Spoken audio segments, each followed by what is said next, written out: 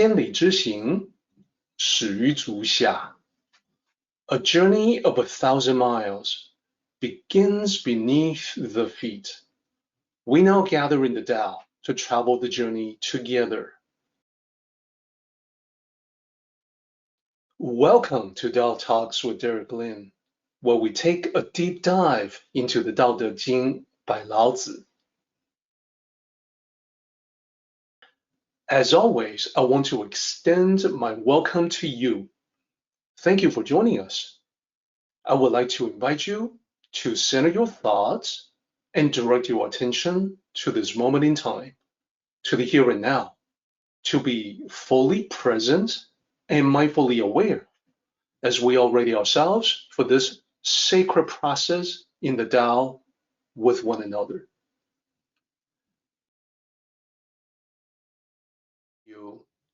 The Diamond Sutra.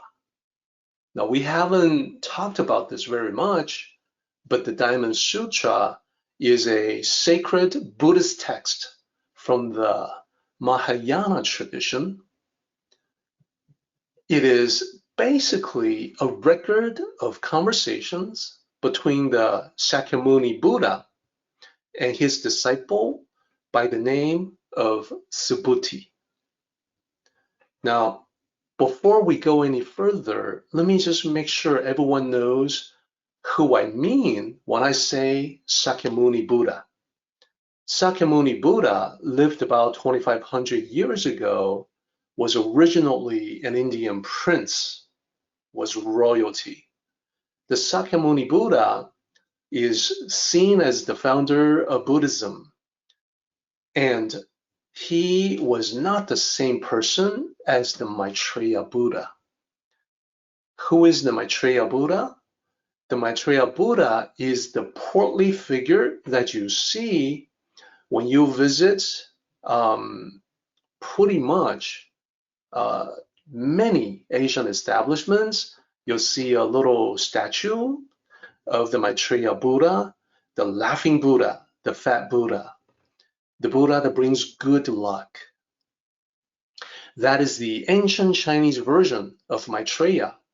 Maitreya Buddha, not the same person as Sakyamuni Buddha.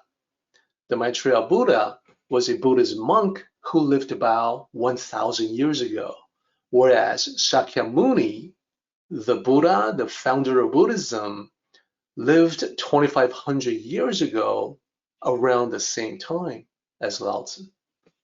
So I wanted to make sure everyone knows when I talk about the Buddha, not the happy Buddha that you see, whose image is very prevalent and oftentimes mistaken.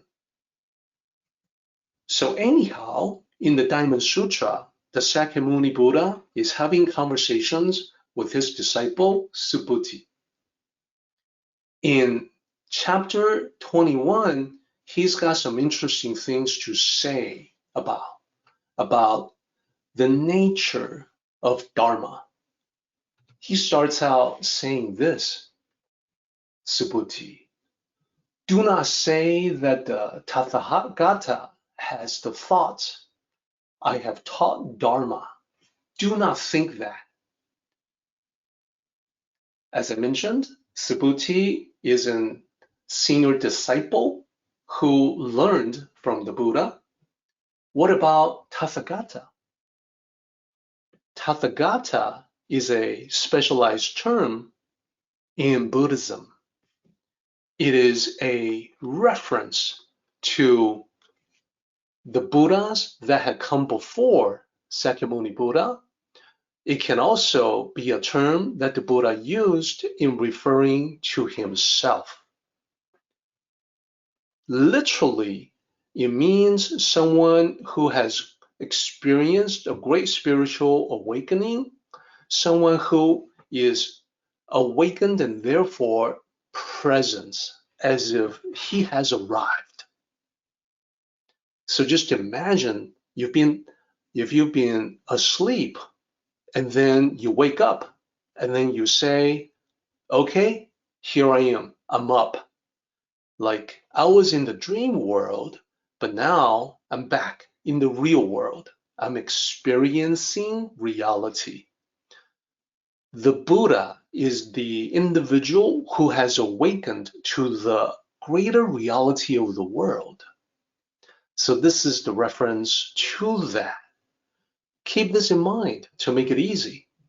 When the Buddha gave Dharmic talks, when he described Dharmic truths, he assumed the role of the Tathagata. And so he's saying with this first paragraph, he's telling his disciple that when he's assuming that role, do not say that I have taught Dharma. Do not even think it. And his disciples would find this surprising because they certainly thought that he was teaching Dharma. Why would he say that he wasn't? Why would he say the complete opposite? Why would he be against people thinking that? Was he being humble? Was he being funny? Was he providing a paradox, like a self-contradictory statement? Right away, you can see that the puzzlement, not understanding what this means, leads to the same kind of misconception as what we have covered for line 1. We can understand more by hearing what he says after the first line. Why? If someone says the Tathagata has taught Dharma, then he slanders the Buddha because he cannot understand what I teach. This extends the puzzlement. It's reinforcing the first paragraph. We see how strongly Buddha felt about this issue. It's not, hey, please don't say that I taught the Dharma. Rather, it's a strong statement of, if you say that, you are slandering against me. Pretty strong. And the Buddha here, referencing himself, wants to make it absolutely clear that teaching the Buddha is exactly what I'm not doing. So if you say that I'm doing it, that's not true. Okay, let's go to the next paragraph. Subhuti. For the one who teaches Dharma, no Dharma can be taught. That is why we call it teaching the Dharma. Okay, so for those who haven't really understood what the Buddha is saying, this feels like more of the same. It seems like an extension of the paradox, and it's an unresolved paradox because it seems to be contradictory against itself. But despite that puzzling appearance at the surface level, the essence of the Buddha's remark is simplicity itself. The Buddha was being crystal clear, or as clear as words can be in expression. In the Buddha's own thoughts, what he talked about was not the Dharma, but instructions for the listeners to experience the Dharma for themselves. That's important.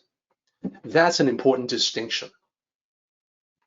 The Buddha felt strongly what he was talking about was not the Dharma itself, but instructions so that people can experience the Dharma which could not be expressed with words. Experiencing the Dharma was the only way to learn. By this point, you may recall, if you've been listening to me for some time, that this is very similar to the teaching about the finger pointed at the moon. The finger pointed at the moon is not the moon. And if we were to focus too much on the finger, we miss the heavenly glory of the moon. The Buddha is saying, if you focus on my words, you're missing the fact that I'm pointing to Dharma, which is the moon. My words are not the Dharma. My finger is not the moon.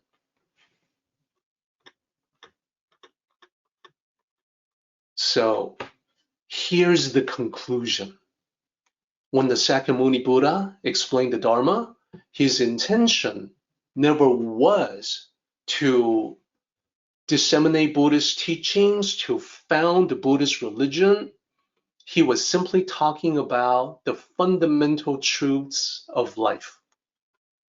Truths like dukkha, samsara, nirvana, and so on. It never was about religion. The Buddha was never a Buddhist. Isn't that surprising to frame it in that way? Because in his time, there was not the established religion of Buddhism. So what the Buddha expressed, it was always just about the truth about life. Therefore, he was essentially saying the Dharmic truth that can be taught is not the true Dharma.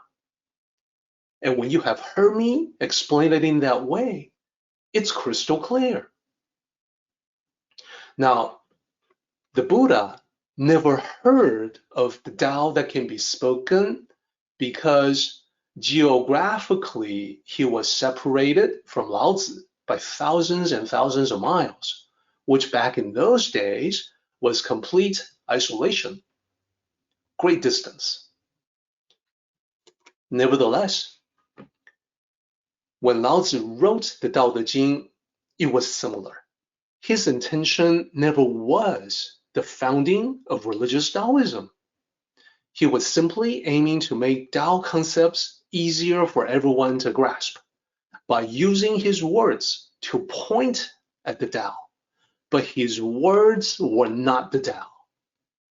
He was writing about the fundamental truths of life.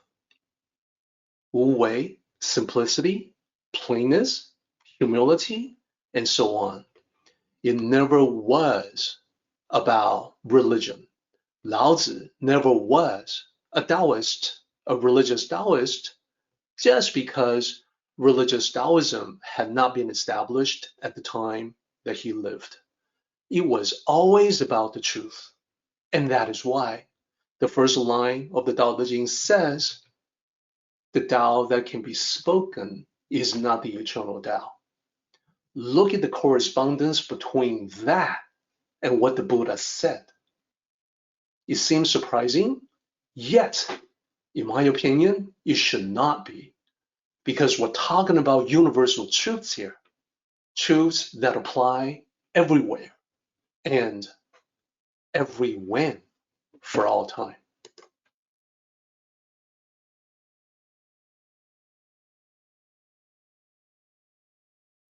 Our meeting has come to an end, but the journey continues on. Until next time, may the Tao fill you with peace and happiness.